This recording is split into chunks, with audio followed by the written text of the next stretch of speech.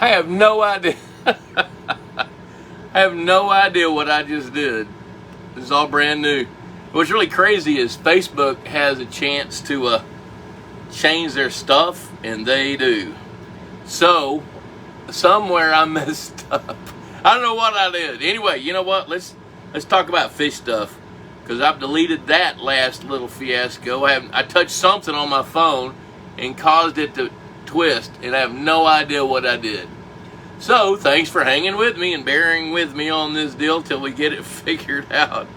You know, this proves that old people should never, ever, ever be around technology. Hey, Jim Allen. Hello again. David Hassig. Good to see you. Let's see what we got. Eric Johnson, Nick Kajewski, Stephen Stupa. All right, so I'm going to see how I can do this, figure this out, and see what the questions are. Yeah, just don't ever accuse me of knowing what I'm doing. So, hey, you guys know the drill. Hashtag Pond Boss Magazine in the comment section. Click like. Share this video, as lousy as I do it, to your timeline. You're eligible for a drawing for a Pond Boss hat and whatever else that Leanne can conjure up. We moved our office last week, and that was kind of an emotional. I didn't think it was going to be that emotional, but it was a little bit. Not that much, but just a little bit. You know, when you pour yourself into a facility, because we went and harvested the cedar trees that we used for a lot of the woodwork in there. Fantastic table, all the cabinets in the kitchen room. You know, and we milled the boards, and Debbie designed it, so it was a pretty cool place. But anyway, it was time to sell it, so we did, and there we go. So tonight I thought I'd talk about the 4 fundamental circumstances for a bass bluegill fishing lake. And of course I'm going to take your questions, which I'm hoping you'll pour a whole lot of them in here. Look at there, Colin Owens is bragging on me to Landon Owens. They must be kin. Yeah, better this time, Bob says Michael Eric. Yeah, I don't know how in the world I did that a while ago, but by gosh, I did. So you guys bring questions to me. We'll talk about it. You know the deal here as well. Pond Boss Magazine, $35 a year. That's what fuels the economy of all these things. It's $35 a year. Cheaper than a Friday night date, and it lasts a year. You know, I'm sure I'm going to take Debbie out to dinner here in a couple of days. It'll be more than $35, and then it'll be done. So, let's have a conversation. I want to talk about the 4 fundamental circumstances of a bass bluegill pond. Look at there, Doug Cusick, Billy Bates. Good to see Billy from Maryland. Leah Groons from Beggs, Oklahoma. Colin Owens, Landon Owens. Okay, we did that. There we go. Hey, Scott, I just had a chance to sit down in front of my laptop. I sent you that spreadsheet a while ago. We're going to be changing it up. There's Josiah Town checking in from Clinton, Missouri. I think we've had this conversation before, but I've done a little bit of work around Clinton, Missouri. I know where you are. So, the way I thought I'd start tonight is talk about the 4 basic circumstances of bass bluegill ponds. And here they are. Number one is a balanced fishery. Now, essentially, a balanced bass bluegill pond consists of the different size classes of the different species of fish, and they're in good shape. They're in good body condition. So if you weigh them, their relative weights are somewhere 95, 100, 105 or better from top to bottom. So this time of year, I would expect to see some 5 to 7 inch bass.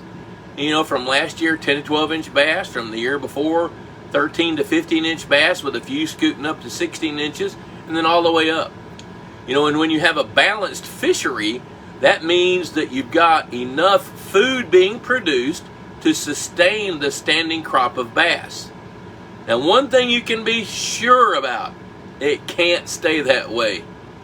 You know, and nature is always trying to seek balance, but nature won't allow balance for very long without some kind of intervention. In the case of a pond, it's going to be selective harvest. You know, in the wild, if a fishery is balanced because there's there's enough big predator fish to feed on the intermediate predator fish that tend to cause crowding. Okay, so balanced is one. The second one is crowded bluegills.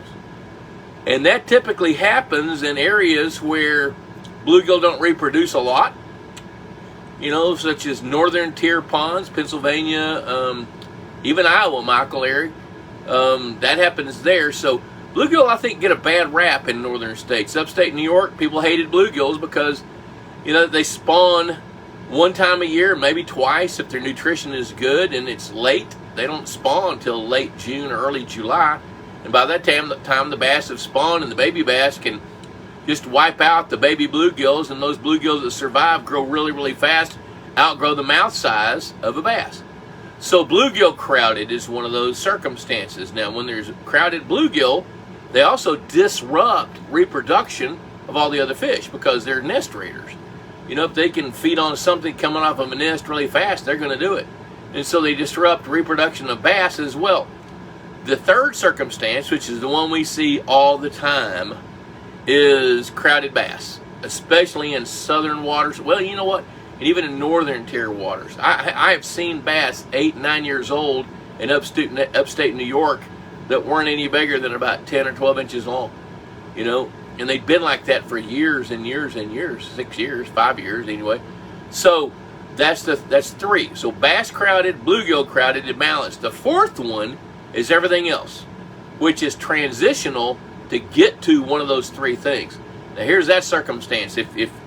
If somebody calls me and says, hey, I've got a lot of little bitty bluegill, a lot of little bitty bass, and nobody seems to be growing, then I'm going to suggest that that's either the consequence of a fish kill, or it's a newly stocked pond that hasn't had time to mature, or there's something wrong with the water chemistry, the water's not happy, or there's habitat issues. So there's a reason, and that situation where the fish are small and they're not growing, or they're not one of the other three circumstances, that's something that's transitional, moving toward one of those other three things. And in our part of the planet, in our world, actually, our management strategies are based on the science behind fisheries management, which was influenced by a number of researchers over the years. One of those was Dr. H.S. Swingle.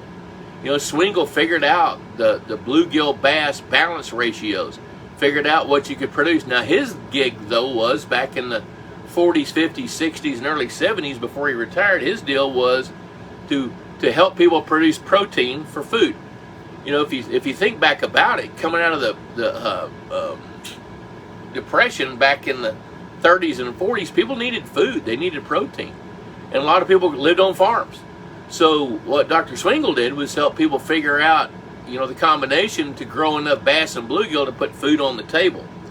Now, while some of his science has transitioned into what we do in today's sport fish ponds, it's still influenced by other scientists, one of which is Dr. Richard O. Anderson. And the reason I'm thinking about Dr. Anderson today is he's gotten to be a friend of mine in the last probably 20 years. He's now in his mid-90s, 94 or 95. He lives in an assisted living place, a comfortable place for him and his wife. I got to go through a bunch of Dr. Anderson's books today, and made me reminisce. He gave me his library and wanted me to do something meaningful with those books. So I kept a few that I want to read, and a couple just for posterity, just so I can have a piece of Dr. Anderson and what he's done, just a piece of his work. Actually, I kept his original doctoral thesis. I've got it. It's in a file folder. Now, I donated for him his doctoral thesis that he presented in a notebook form, to his committee back in 1959 when he got his PhD. Well, Dr. Anderson is the guy that figured out relative weights for largemouth bass. Now it was interesting. I was at Texas A&M today, and they were interviewing a guy, a highly qualified young man that I hope gets the job for a fisheries extension specialist to help with grassroots pond owners around the state.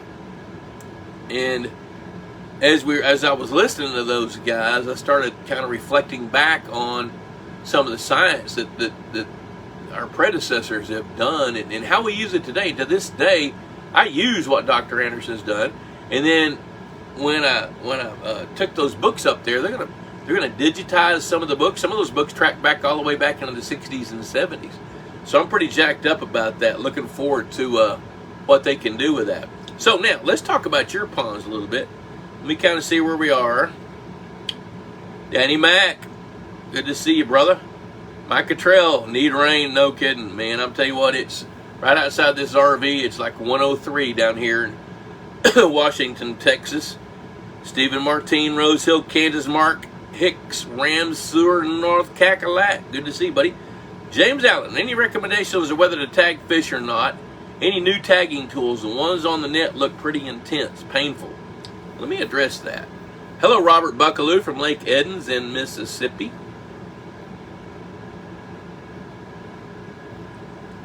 All right, so let's talk about tagging fish. I do want to circle back on those 4 different circumstances that are typical in ponds with bass bluegill. So, if I were to recommend somebody to tag fish, there's really 2 fundamental reasons for that. And you know what? You can buy tags pretty cheap. Look up Floyd, F-L-O-Y, Floyd tags. And you can buy a really inexpensive tagging gun. It doesn't cause any pain to the fish because they don't have nerve receptors. They don't have nerve endings that generate pain. You know, now, they know something's going on because they're being handled. But when you take one of those little tagging guns and you inject a tag in the flesh adjacent to the dorsal fin, then you're not causing any pain at all. Matter of fact, I don't know how many bass we tagged at Purina here 3 or 4 weeks ago, but we tagged, I don't know, 20, something like that. But the purpose to tag fish is to track individual growth, because each tag has a number. So if you're going to tag these fish with a Floyd tag, for example, you're going to write down the tag name, the date, the length, and the weight of that fish. And then when you recapture that fish, there's going to be algae growing on the tag. Scrape it off, read the number, weigh and measure the fish, log the date and the length and the weight. Then you can see how much the fish have grown. We recovered several fish that we tagged last year, and some of those fish had gained 1.5 pounds. You know, in that Purina lake, that 6+ acre lake. So it was productive. So the second reason to tag fish is so you can get an estimate of the numbers. So let's say, for example, we bring the electric fishing boat, or you go out in your boat and we capture 50 bass, and we tag all 50. And we write down the lengths and the weights and the date and the tag numbers and all that, release those fish. Then we come back in 6 months with the electric fishing boat, or you go fishing, and you catch 50 bass. And 10 of them have tags, 40 of them don't. And then you decide you're going to tag those other 40. Well, after you do that 2 or 3 times, you can extrapolate and really begin to figure out about how many catchable size fish that you've got. You know, so when you get out there and you get to the point where you catch 100 bass and 50 of them are tagged, that means half the bass are tagged. You've tagged 500 bass, you probably got about 1,000 bass. So you can extrapolate and get a close idea as to how many numbers of fish that you've got. Now, Floyd tags, people claim they'll stay in a fish maybe 18 months or 2 years. My experience has been that we've recovered fish that were tagged 3 and 4 years prior, so we could tell. Now, there's other ways to tag fish. You could tag them with pit tags. Just look up P-I-T, capital P, capital I, capital T. Those are tags that you read with a gun. They're RFID tags, and you inject those with a needle. So you stick a needle in the flesh of the fish. You can inject that tag. It goes inside the flesh of the fish along its back, and you can you read it with a scanner. And there's been some lakes where we've tagged as many as 1,200 bass with those pit tags. Here's the downside: those pit tags cost about $3 a piece. You know, so you got to be pretty serious about fisheries management. Like, for example, Texas Parks and Wildlife Sherlock program, they pit tag every bass they bring in, and they've gotten to the point where they know the heritage of most fish that they bring in because they pit tag their parents. You know, going back 3 and 4 and 5 generations of Sherlockers. So they can identify individual fish, plot their growth rates, you know, project that, see what it's all about, and then, you know, you can also figure out with tags how aggressive is that bass. I mean, how many times do you catch it? Because I tell you this, there's going to be times that you catch a tagged bass or catch some bass and tag them and never see some of them again. And that doesn't mean they disappear, although they could, but it just means that they may not necessarily bite your bait, bite your hook, bite your lure again. So that's my take on tagging. Robert Buckaloo. We already said howdy, Lake Edens in Mississippi. Colin Owens. I can't share pictures of our pond here, but what do you... Uh-oh, I lost something here. Okay, but what do you do when you have a largemouth bass hatch and there are thousands of babies? Should I try to protect them or just let nature take its course? Hello, Monty Waddell from Western Illinois. Let me tell you this, Colin. Don't worry about it, because nature has a magical way. Here's the mission. Whenever a fish reproduces, its ultimate goal is to replace itself. So if it doesn't die, it doesn't matter if all its babies get eaten. You know, so it's the whole mission of nature is to fill the niche. Once the niche is full and you're not harvesting fish, there's no need for more fish anyway. So there's no reason to protect those babies, because what happens, and here's the cold hard reality of that, Colin. When those largemouth bass hatch, the daddy sits on the nests, that nest, he nurtures those babies. They hatch. He, guards the eggs. They hatch, and he stays with those babies, and they're a little bitty clump in the bottom of the nest. They're little bitty yellow eggs until they hatch. The same color as the yolk of an egg you'd buy at the store, except darker. So when they hatch, they're little bitty fry, and all you can see are two eyes and just a little clear stripe of a body and a big fat belly that's the yolk of the egg. Then when they absorb that yolk, then they start becoming what we call swim-up fry. So when they absorb the yolk, that's their nutrition. And at that point, they've not stored any body fat. They got to eat. So when they absorb the yolk, they quickly run out of energy. So that's when the school comes up, and then they start moving around in unison around the water.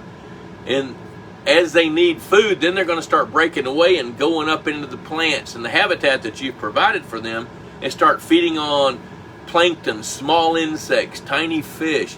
They're going to grow really, really fast. So what happens is there's a percentage of the babies in that school that are going to grow faster than the rest of them.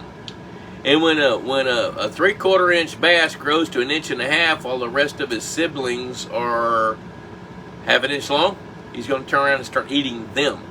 And their number is going to drop dramatically over a span of about 4 or 5 weeks. And by the time you get 6 or 8 weeks in, the numbers have been cut by over 90%. By the time you get 15 weeks in, typically that school of bass has gone down to where there might be 3 or 4% left.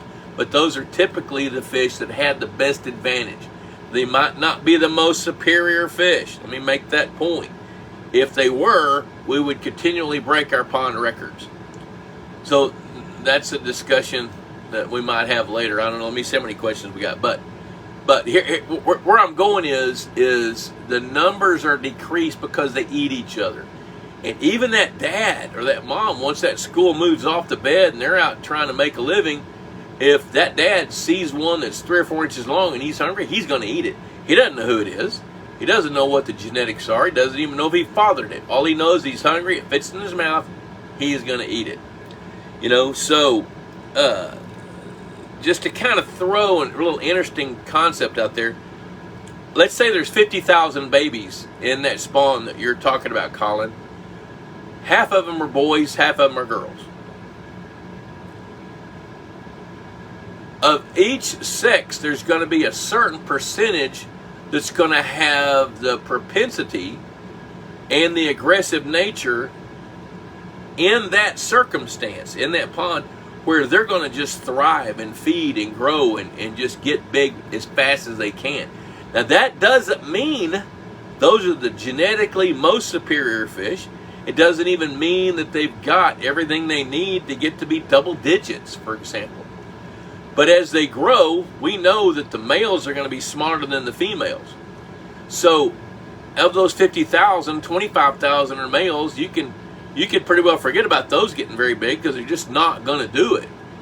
Of that other 25,000, there may be 20 or 30% of those that have everything it takes to get to be huge quickly.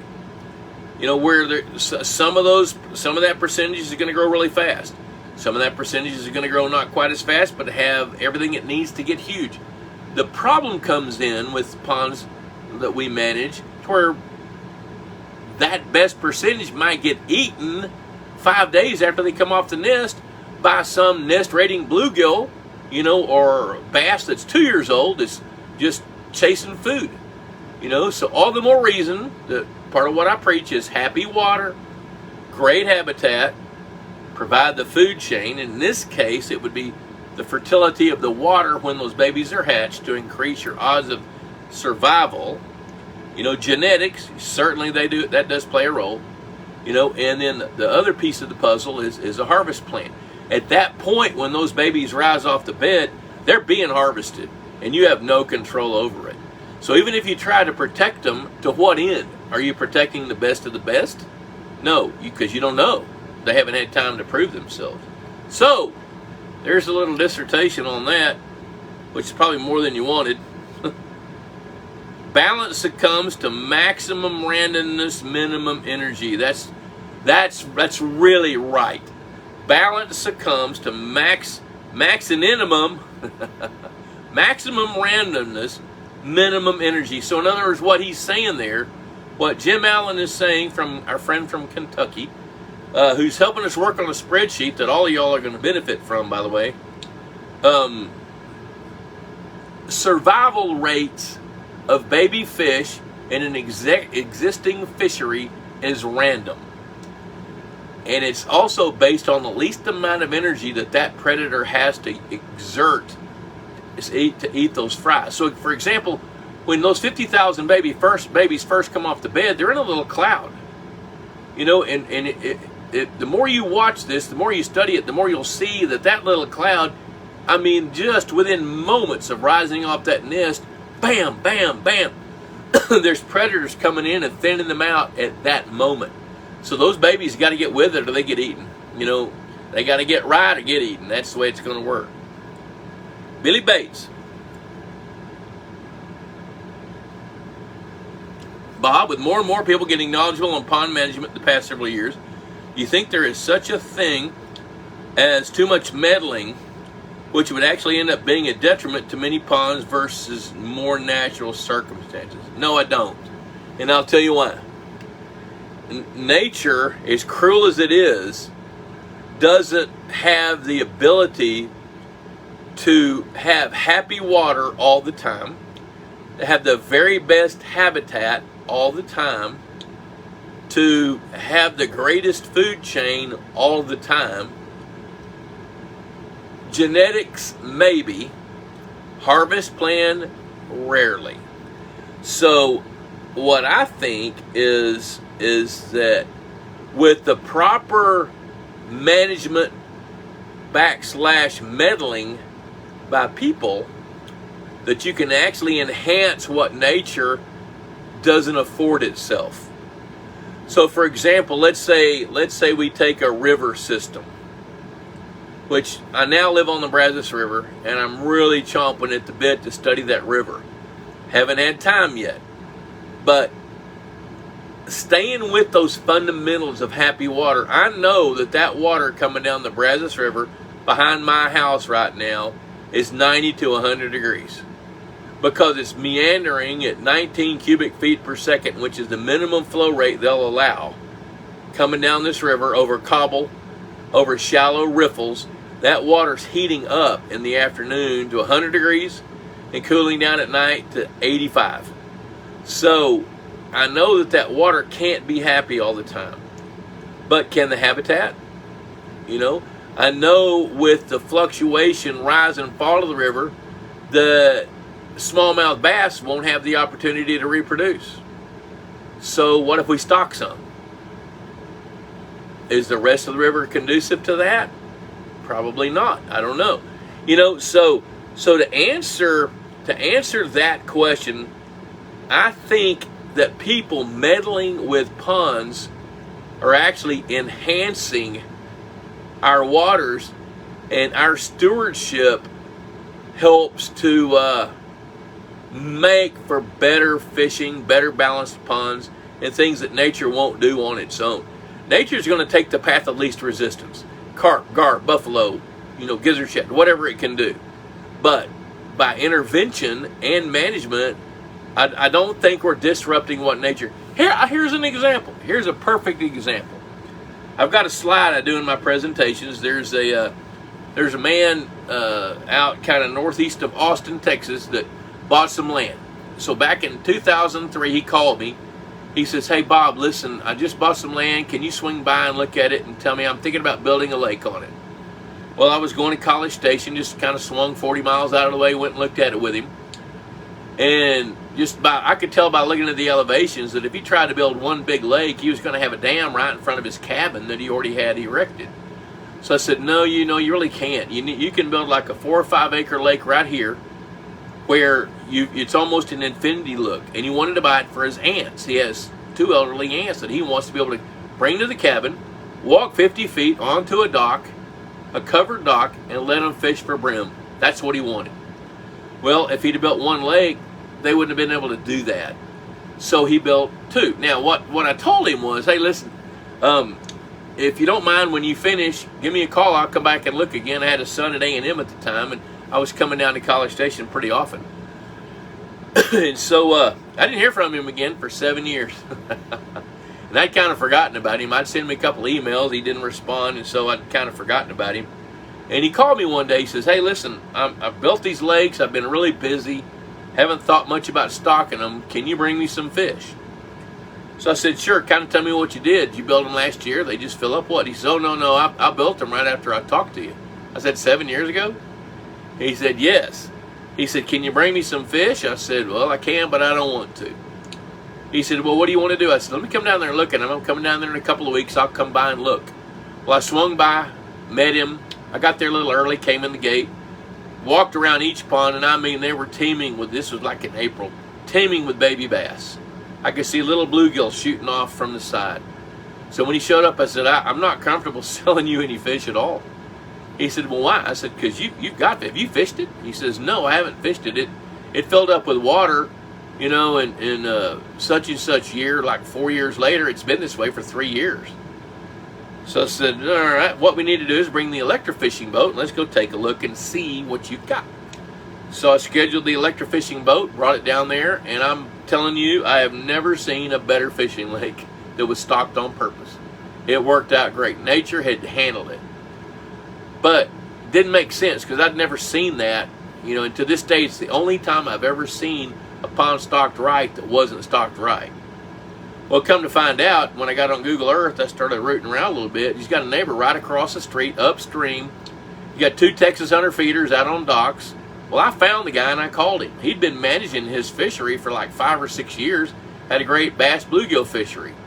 So I started rooting around a little bit more and found out that during the rains of that year, which would have been, 2006 or something, 2005 or 6, that it was right during the spring spawn. So what had happened was the neighbor who was managing his pond really well, feeding his fish, kept the water fertile, had a flood event, overflowed and washed bluegill and baby bass downstream into the neighbor's lakes, both of them. And they grew up and thrived in there.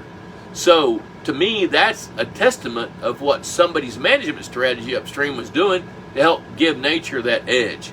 So I do believe that people could give nature an edge. Let's take a minute and do a little commercial here. Palmos Magazine, $35 a year. Cheaper than a Friday night date. If you haven't subscribed yet, please do. $35, I'm telling you, it's cheap. With that, you get a copy of the resource guide, which you can also find on pondboss.com. To give you an idea of some of your resources, at pondboss.com, we've got Ask the Boss Forum. We got a bunch of free... And one of my granddaughters just tried to call. And so, there's Robbie Shell. He used to work with Corinne. Good to see you, Rob. And so, I lost my train of thought there. Resource guide. Resources. So, you can go to pondboss.com, Ask the Boss, a lot of resources. This Facebook page you're looking at now. We archive all these videos on YouTube, upload them for later, so if you can't watch them live or watch them on Facebook. You can pick them up on YouTube. I'm getting ready to do several audio podcasts when I can steal the time, which won't be long. Also have the Institute of Higher Pondology. Now that's premium content. So if any of you guys have bought land and you need some assistance, take a look at the Institute of Higher Pondology. That's a series of about 22 videos. I'm getting ready to add some more videos to that can help save you the dumb tax. I can't tell you how many times I go sit down with a landowner that wants to build a new lake or renovate a pond or whatever, or has done all that, and we sit down around the campfire with a beer or a glass of tea or a glass of wine or whatever, cocktail, and he says, I love my place. I wish I'd have done a few things different. I don't like hearing that. So we put together these videos. Mike Garcia helped do a lot of the editing on these videos to create a curriculum that can help make you a better pondmeister. So take a look at that. So also I want to thank Texas Hunter Feeders. They're a sponsor of this show, sponsor of Pond Boss. Best feeders on the market by far. They're expensive, but you know what? Good stuff ain't cheap. Cheap stuff ain't good. You can write that down. I saw that on a wall, except it was a cuss word.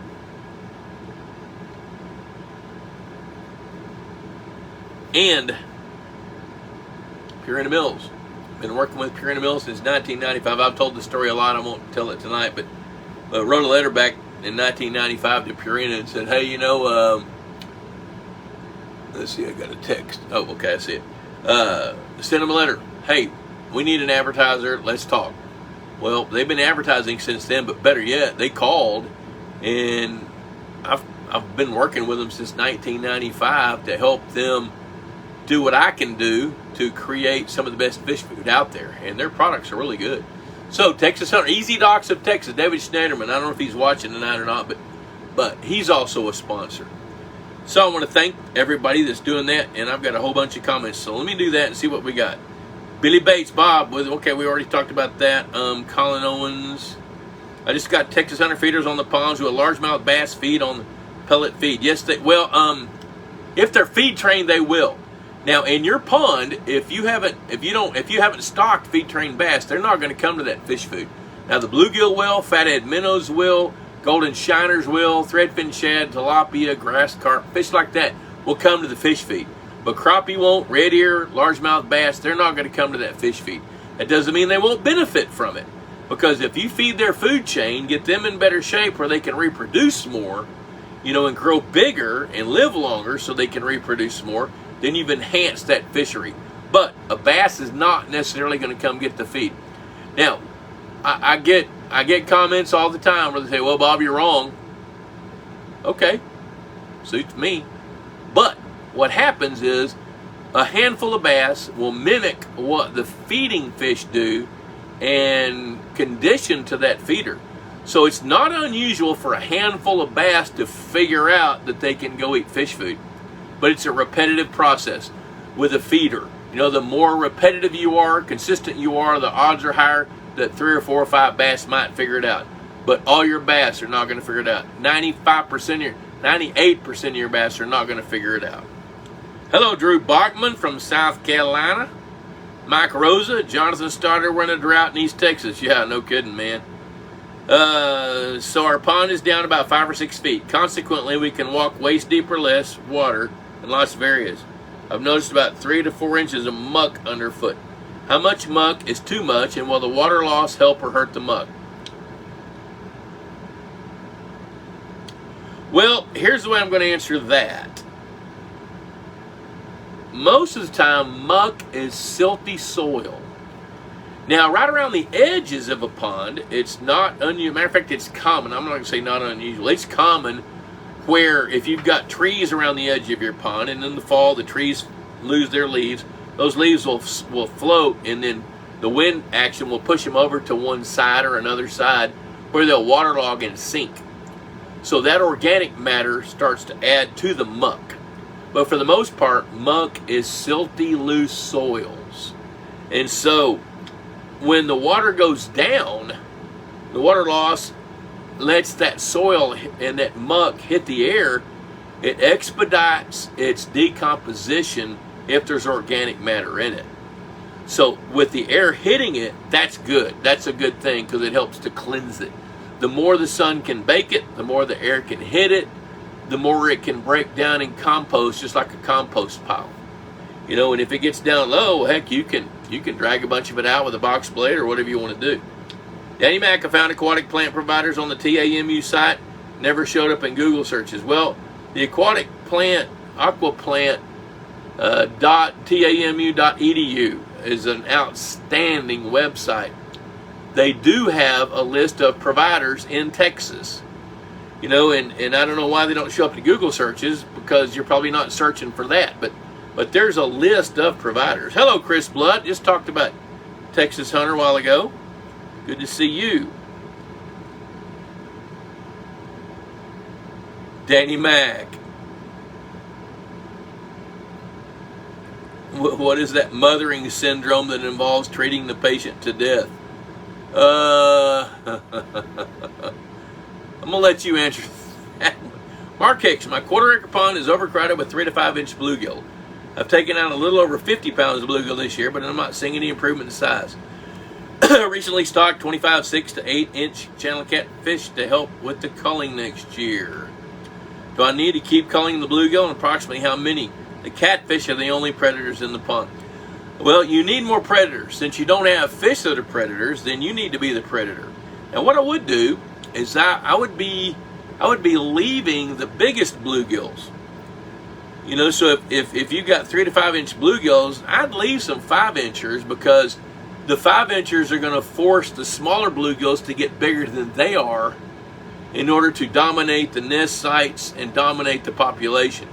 But if a quarter-acre pond, you've taken out 50 pounds of bluegill, and that's because you're going to have more bluegill. There's your bottom line. When those channel catfish start hitting about 1 3/4 pounds to 2 1/4 pounds, then they're going to become active predators. Now, I don't know that they'll control them, you know, and so unless you're willing to add another predator fish like hybrid striped bass, you don't have to add very many in a quarter-acre pond. But if catfish are the only predator, you're going to have to wait till they're, you know, close to 2 pounds before they can help a whole lot. So taking out 50 pounds of bluegill, what's really interesting about that, when you take out those 50 pounds of bluegill, the remaining bluegill, guess what they do? They spawn, because you've created a little bit of a void. You know, because a quarter-acre pond is probably going to produce 80 to 100 pounds of bluegill tops. So when you take out 50 pounds and you leave 10 pounds, for example, those fish are going to spawn like crazy. So you're going to have a whole lot more babies. So once your channel cat get big enough that they can start preying, then your culling is going to make a difference. You know, I don't know how you're catching them, but, you know, I think a trap would be a good way to go on that. All right, let's see here what Scott's got. I got a 22-acre strip pit that gets depth of 55 feet. The bass stunted at 2 pounds due to eating all the forage. My question is, the fish hatchery says due to the fertility of the water, the carrying capacity is over 1,500 pounds per acre. Does that seem accurate? No, it does not seem accurate. So here's the problem with that.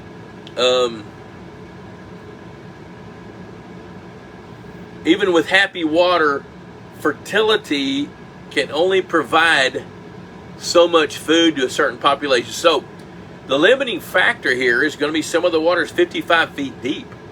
You know, so the majority of the productivity in that strip pit is going to be going on in water less than 8 feet deep. You know, and so what that means is the majority of your natural habitat is going to be in water less than about 15 feet deep. You know, which that's going to be a low percentage of a lake that's 22 acres, it's 55 feet deep. So when you start thinking about carrying capacity of 1,500 pounds per acre, that will never be reached, because you don't have the habitat to support the fishery, and you don't have the species of fish to create that carrying capacity. So let me say that again. That carrying capacity can only be reached if you have the fish that take advantage of all those niches.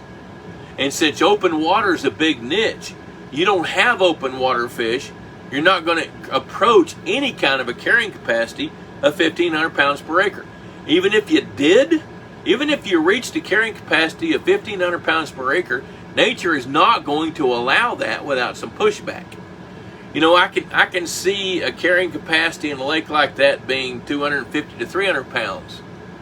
You know, I can see that. But what I can't see is, I think 1,500 pounds per acre on a fish hatchery, that may be the case, where they can exchange water. It's all shallow. They're feeding the fish every day. They're monitoring the bloom. They're monitoring their oxygen levels. You know, you're not going to do any of that. So absolutely no. That's going to be an absolute no. You will never reach a carrying capacity that big. And if you do, you know, let's do the math on that. You know, 20 acres at 1,500 pounds per acre, that's 30,000 pounds of fish. Ain't going to happen. Ain't going to happen. They're wrong. So, any one lure in my arsenal only catches bass and then only catches, any one lure in my arsenal only catches one bass and then no more. Well, you've either got the smartest bass on the planet, Danny Mac, or you suck at throwing that one lure. I love you, man. You know that. You know I'm messing with you.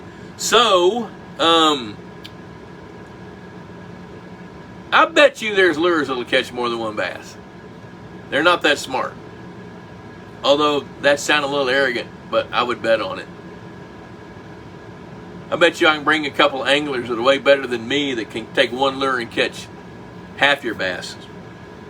Hey, see, now that's a challenge. We need to come. I'll see if I can find Big O, Steve Parks. All right, so Colin Owens, I got thousands that swim out fry. That won't last long. Christy Berg from Logan, Kansas. Thank you very much. Trey Carpenter, give me that time of year. I expect you to call any day for people I know that have ponds saying they have fish dying. Yep, it's that time of year because how hot it is. You know, usually it's not this hot until August, and then I'll get 2 or 3 phone calls. So let's talk about fish kills just for a minute. You know, I don't know how many more questions I got. Let me just hit that real quick. A fish kill typically is a symptom of a problem. It's not the problem. The problem is the water's become unhappy, or the water's not happy, or it's typically because something happens to the water to make it unhappy. That's what happens. So when the water quality deteriorates, fish can die.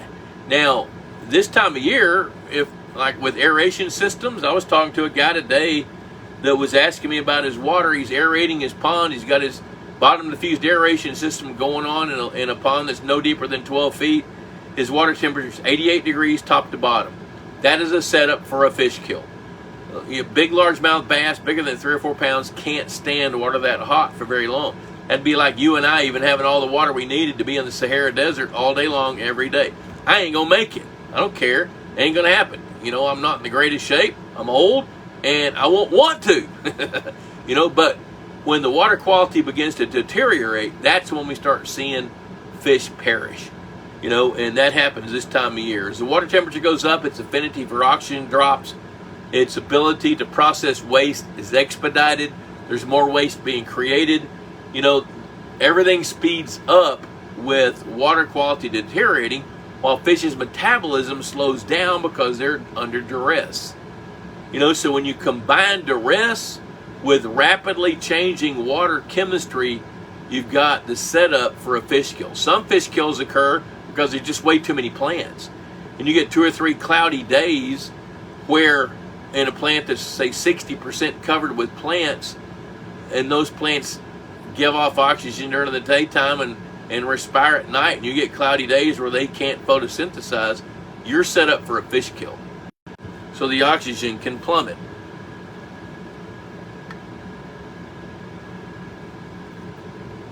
Clint Price, had a hard fish kill last fall in my 8-acre pond in southern Illinois.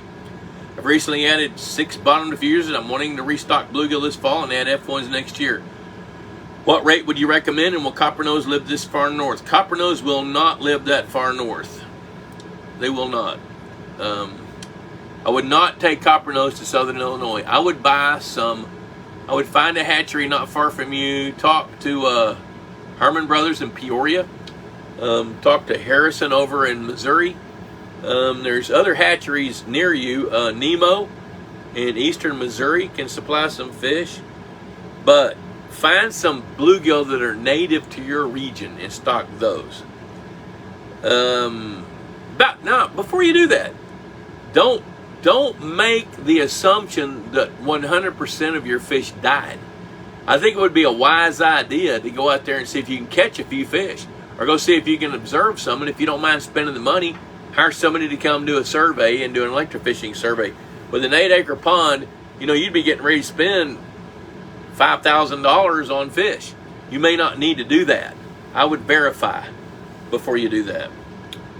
Trey Carpenter, what would you tell someone to do in the short term and in the long term to prevent a fish kill? What I'm going to tell you there is take care of their water. Take care of their water. If you've got a dense plankton bloom, here's what I'm going to tell you to do. There's 2 simple things every one of us can do that can make a difference and give you some influence on what you should do. If you will check the temperature, if you will check the temperature every day that you can, check the visibility depth. See how far down you can see. If you can see down 12 inches, you got a problem if it's a plankton bloom. So check the visibility, check the temperature, and if you've got, I keep getting a call from my wife and she knows I do this show on Wednesdays. I may have to wrap up in a minute. She's about 100 yards away from me in the house. So what I'm telling you is visibility. If the visibility is greater than 30 inches and your temperature is in the low 80s, upper 70s, you have less to worry about. If your water temperature is in the mid to upper 80s and you got a plankton bloom, the water's green, and you can only see down, 12, 14 inches, then you have an issue. And if you have a pond covered with plants that cover more than 40 or 50%, then you have an issue. So watch those things, then you can be proactive. Let's see here. We got conversations going on.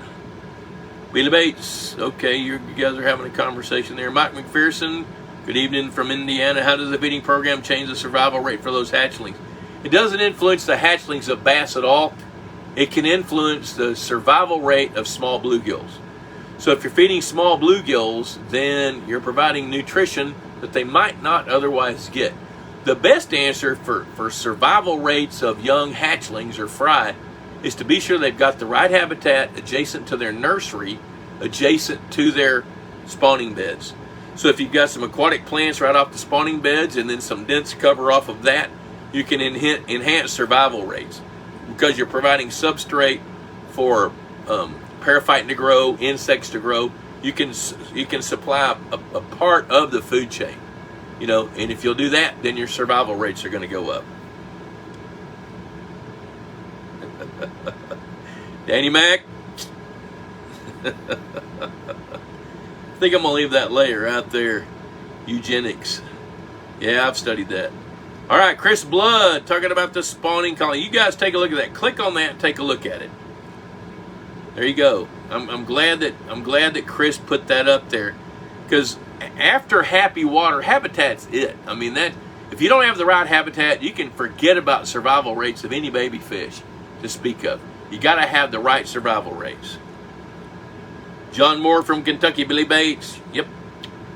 All right, I got a neighbor that's complained to someone else nearby about, yeah, okay, well, let's use that. Matt Marsden, can I use that too? What do you want to use there, man? I guess I missed something there, sorry. Matt Marsden, American Fish Tree. Jeff Wallen, been a lucky season in central Illinois. Nice rain has kept the weeds minimal. See what the dog days of summer bring. Oh, I know what it's doing here. Harrison Davis, let's see here. Let me go back down here. Good evening. Todd Stegner, where's the closest place to buy threadfin shad in central Missouri? I do not know the answer to that question. I've been looking for some for southern Missouri and northern Arkansas. I don't know. I know that American Sport Fish sells some out of Alabama, but that's an awfully long haul to take those. Jim Allen may have an idea. Central Texas, okay. Harrison Davis, good. Drew Schmidt, heading to the pond. I put 2-inch bass in last October. Nice green water and enough minnows that I could walk on water over the top of them. Have yet to see a bass, but how big would you imagine they are by now? Tons of bluegill put in 6 months prior as well. 2-inch bass in late October.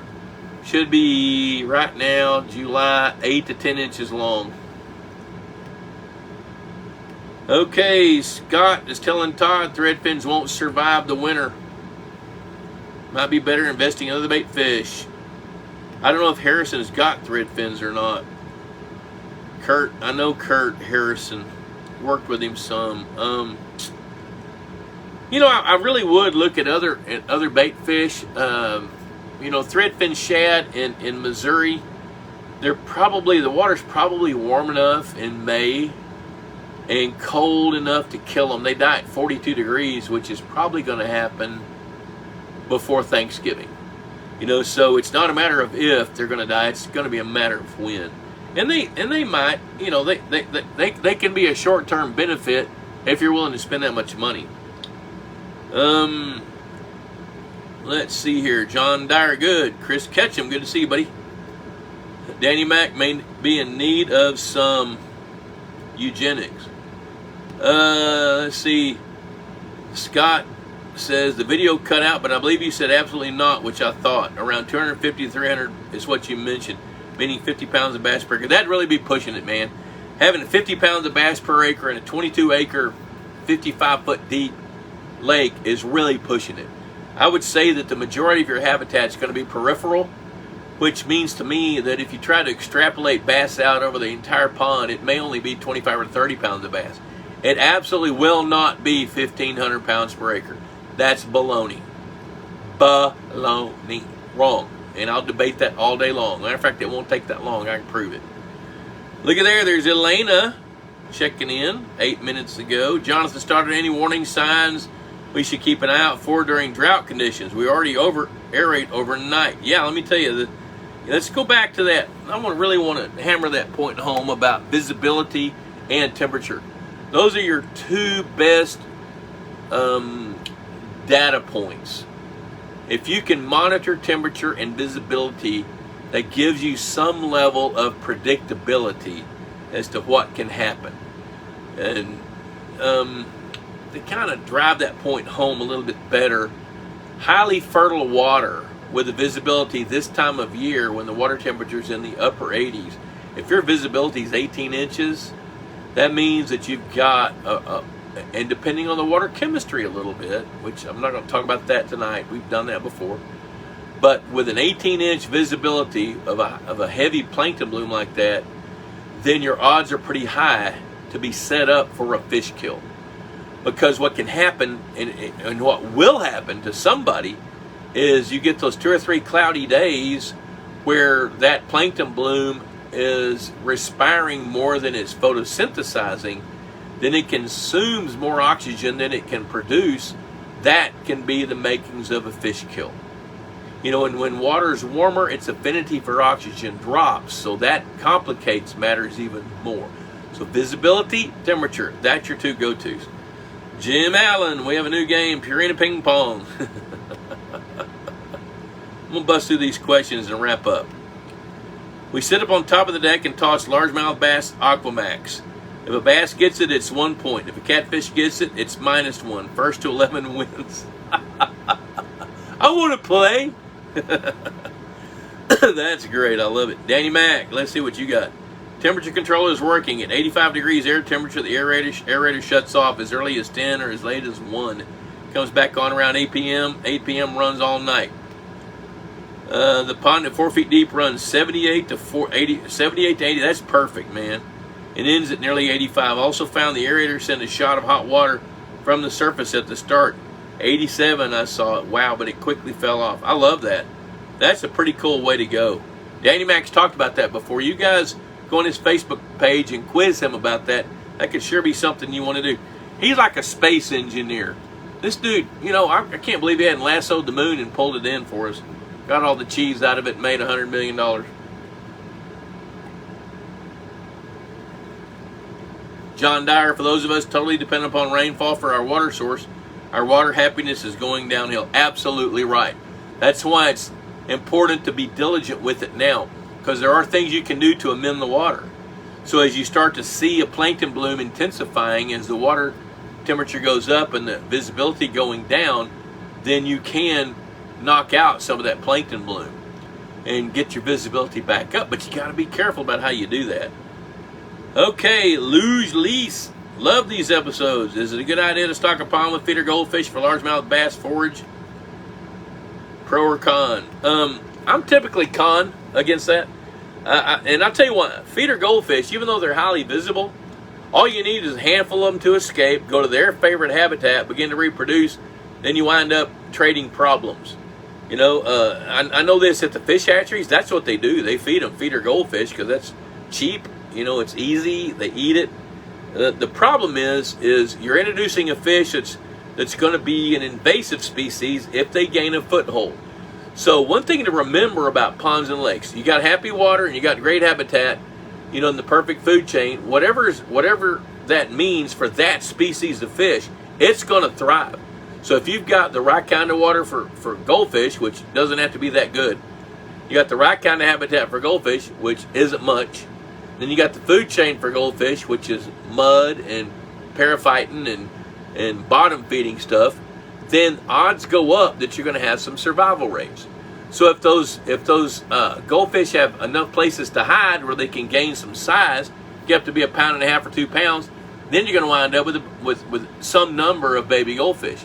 Now, that number is mitigated by the number of predator fish that you've got that can eat them, you know, but I don't recommend stocking feeder goldfish to feed bass unless you're prepared to deal with those consequences.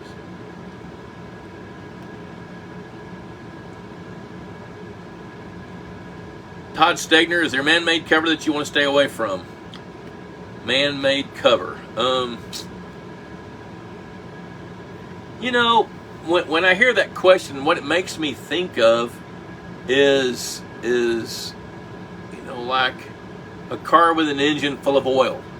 You know, any kind of, if there's man-made structure designed for lakes, use it. You know, you'll see mossbacks, you'll see American fish tree. There's 3 or 4 different companies that manufacture fish structure. They're all good. They all serve a purpose. They all fill a niche. You know, Texas Hunter.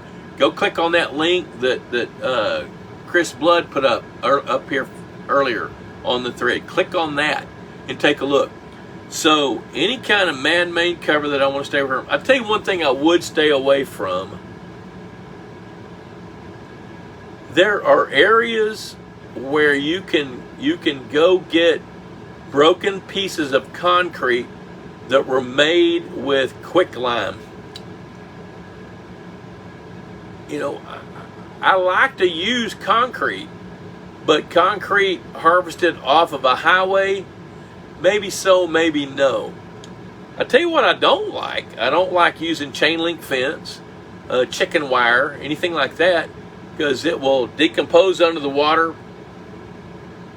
Plus, you can hang up on it. Now, if you got a neighbor, if your pond backs up on the neighbor and you don't want him to catch any fish, throw a big roll of chain link fence out there. That'll put a stop to that. But for the most part, no. All right, let's see what Monty Waddell says. I pump water from a nearby creek to keep my pond full in low rain periods. Water temperature is presently 83 degrees. Could I create problems by topping my pond off? Pond is 1 acre, 12 to 15 feet deep. We'll pump 70,000 gallons. The only problem by pumping water from a creek is you're liable to add fish from the creek. Now, if you got a well-balanced fishery, that's no big problem. But if you got a creek full of baby carp and you're pumping those in, and they make it, depending on the kind of pump you've got, if you got a gator pump, you can do it all in a few hours, you're going to pump baby carp. And if you got a trash pump, they're probably going to get chewed up coming through the impeller. You know, especially, and if you've got a little filter thing on the end of your intake, you're less likely to pump fish. So I'm all for pumping water from the creek, especially if you can filter it. So hey, at 7:32, that hour flew by like they always do. Don't forget, Pond Boss magazine, $35 a year, cheaper than a Friday night date. I want to thank you guys for hanging out with me tonight. I really appreciate it. Danny Mac says, can you call the size of the bluegill, say 6 to 8 inches with a gill net? Yes, you can, but you better run that net pretty often because they're going to get hung up and die really quick, especially hot. So hey, I really appreciate you guys watching. I think I'll be home next Wednesday night, maybe there for a few days, which is a strange feeling. I think I've slept in my bed 4 nights in the last month and a half. So thanks for hanging out, and until next week from wherever I am, which will be home.